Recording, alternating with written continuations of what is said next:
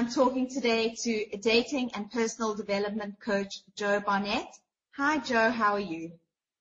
Hi, I'm well, thanks. How are you? Very well, thank you. Joe, today we're talking about some dating tips and advice.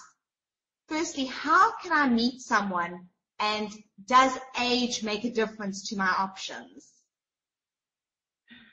How can you meet someone?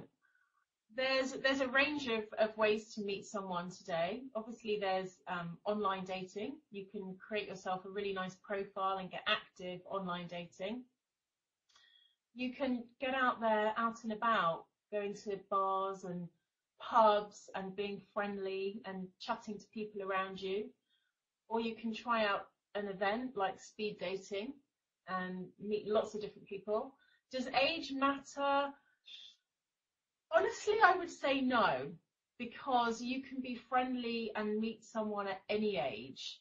You can have a really confident and chatty 45-year-old and a really underconfident 20-year-old. So I think it's where you're coming from and how you're being that is going to make the difference more than the age. And what would you say are your top dating do's and don'ts that you can share with us? Top dating do's. So come out feeling good. You know, if you're not feeling great, then actually cancel or postpone. Whatever it is you have got going on, kind of push aside. Really look your best. You know, you'll feel great if you put yourself together, maybe buy a new top, or make sure the guys that have a nice shower and get a haircut, come out feeling really good. Really focus on the other person. You know, what do you want to get to know about them?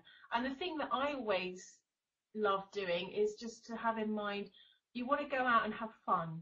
You know, it's a fun night. The other person wants to have fun. No one wants to be interviewed. No one wants to think about marriage. So can you go out and have a fun time with this person? And that should kind of be the only agenda. Don't bring your moans and groans. It's really hard, but it's really off-putting. You know, you don't want to talk about money. You don't want to talk about exes. You don't want to talk about problems at work. It's got to be fairly positive and upbeat the first couple of dates. And where can I go, or where should I go to meet people for dates? Where should you go to meet people? Like I said earlier, really, you want to find out what's going on in the area or what's going on up in town. There are lots of nice bars and pubs where you haven't got like loud music like a club. And it's about being friendly and making eye contact. You know, that can happen anywhere, absolutely anywhere. You can try online dating. You can try events. There are companies that do dating events, dating dinners, speed dating. There's always opportunities. And then obviously the other thing that I love is by doing something you enjoy, like I love dancing. So, you know, go out dancing and then connect with someone who likes doing the same thing as you. So really embrace your hobbies and your sports. And wherever you go, just keep an eye out and be really friendly. Coming back to the subject of the online dating. With online dating, what would be your do's and don'ts with online dating? Online dating do's. So do have a really nice picture. Do have a really good profile written up if you need to get some help. There are plenty of people out there, or even a friend that you trust. Again, very positive, very open, and something that gives something away about you, you know, what's unique about you. Then do contact people. You know, don't just sit on there thinking, oh, no one wants to meet me, because if everyone does that, no one's going to meet anyone.